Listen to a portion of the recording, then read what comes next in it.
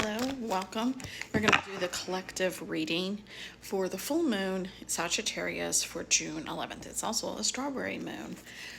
So what does the collective need to hear? So first thing, I'm getting a lot of times we have to like demolish the old version of ourselves, demolish the pattern of ourselves and doing that stuff. With the full moon, this is like kind of like releasing into the sense of like what is it that you are wanting desire, like the new moon. Go back to the new moon of what is it that you put the intentions on? Did you reevaluate it? How did you work with it? What is that's going on with you? So it does feel like a lot of people are dealing with some friends that are cutting them loose. Either they're cutting you loose or you cut them loose. Either way, I'm going to tell you though, it's the best for everybody around. Even though I'm still feeling that there's an energetic connection with some people, because some of them are having a hard time of letting people go. So where they're saying of letting them go, you get new things coming to you. This is, think of it like it's a spark of new ideas, a new creation, new stuff. Like it's moving out people out of the way. It's moving the sandbags out of the way.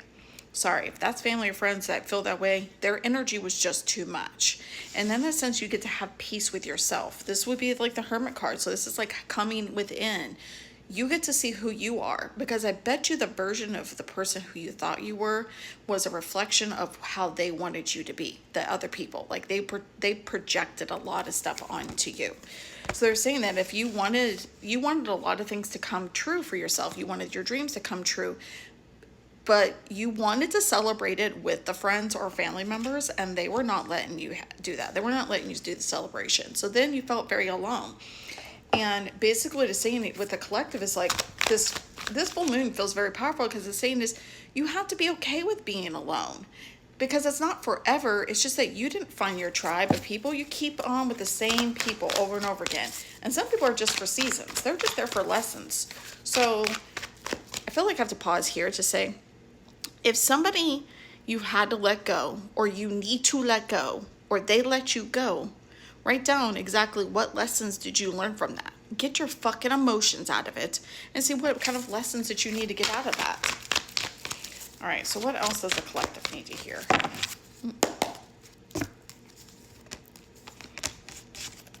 So we got the attachment card, and it's in reverse, which means like they're saying remove the mask, remove the attachment, because even door to romance does not mean like lovey-dovey or everything, but it's like the door to you. Like you're releasing the mask. I bet you're wearing a mask for them. I bet they were wearing a mask. You guys were not being truthful with each other. I don't know why this came into a friendship thing, but it just did. It's like a friendship. This also could be someone who you, as a parent, that you thought was the best friend for you. They were going to be there. And when we get the blessings card, what they're saying is that more blessings will come to you, but you have to speak into it. Call into the actions. They're saying if you want your spirit to run, you want your spirit to go with it, you have to speak. You have to use your throat chakra. You have to allow things to come into you, and you have to almost like put your palms up, allow it to just fall down like rain in your hands. Your tongue out, you're like, ah.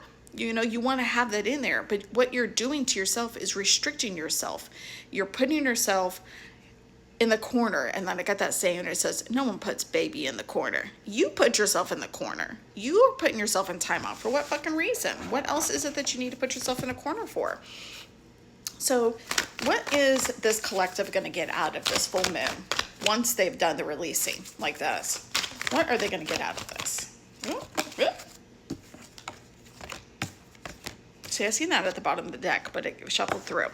So the solar plexus is your ebb and flow, at your confidence, that's your courage. And then we get the detachment card, which is more of like a peace release. This is more of like you're allowing things to go. So if inside of your solar plexus, your energy, you have a lot of attachment to it, you're allowing it to go. So there's no longer a connected, like an umbilical cord.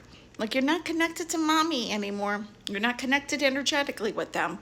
This kind of makes me feel like too, because I just did this return to sender mini guide thing that is now on my Etsy shop. And this would be a perfect opportunity for people. This is not like a hoopla type of thing where you're going to be doing darkness or anything like that. This is an energetic cord thing. So these are other safe ways to do stuff. So that way you can cut the cord. And when I always tell my clients, when you're cutting cords with someone energetically, that doesn't mean they can't come back with a good cord. That doesn't mean anything else. But what it is that you have to allow yourself boundaries. And I'm teaching you boundaries with that. So I feel like some of you need to almost be dressed in pink, or embrace the pink, or eat something that's like, or even strawberries, because I know it sounds cliche, but it's like almost like this sense for yourself is like to be in your heart center for you. Like, do that for you. All right, so what else does the collective need to hear?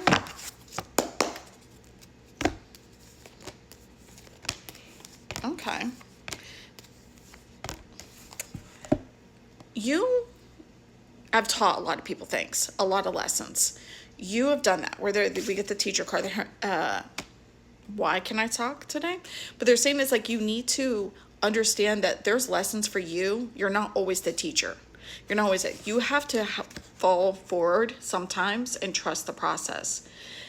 This is the part where a lot of times we have to get out of the hustle mode and we have to get into the rich and relaxed mode. We have to be in that. And the same point, we have the Chariot card, which is saying is that's the divine feminine masculine. That's the balance. Are you fucking balanced? Are you actually taking care of yourself? Are you still in the negative mindset? Are you still trapping yourself there? In that part, if you are not balanced, then you're being a negative Nancy. Watch your words, watch your thoughts.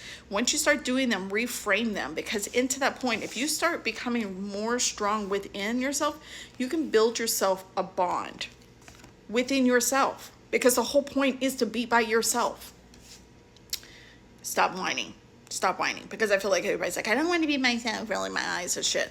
Stop whining. What they're saying is like, you have to learn to love yourself inside and out before you can have friends, family, everybody else love you and your idea. And if they don't love your idea, you have to have that whole, I don't give a flying fuck what you think, that type of thing. You have to have that type of feeling. So where is it that you need to go with yourself? Think about this. Like, what kind of phrases have you been saying to yourself, and do you need to journal with it? Those are the type of things. I really want you to take this full moon and first write down, what is it that you're going to release? And if you have to go over that, like we talked about the friends or anybody else, the energetic cords, if you even need to get the survival kit for the return to sender, then do that. But you need to do it for yourself. No one else can make you do this shit. Just like lessons. No one can make you learn a lesson, so no one can make the fucking Bob, Joe, Kim, George do the lessons. It's just like someone who's trying to make someone be a part of their world, and they don't want to be part of their world.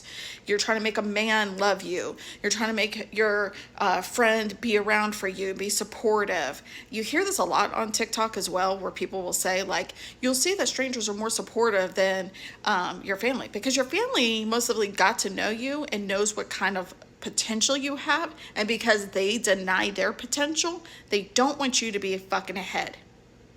They don't want you to be ahead. So take care of you. You have to be at the point where you have a boundary. You don't give a flying fuck what anybody else thinks.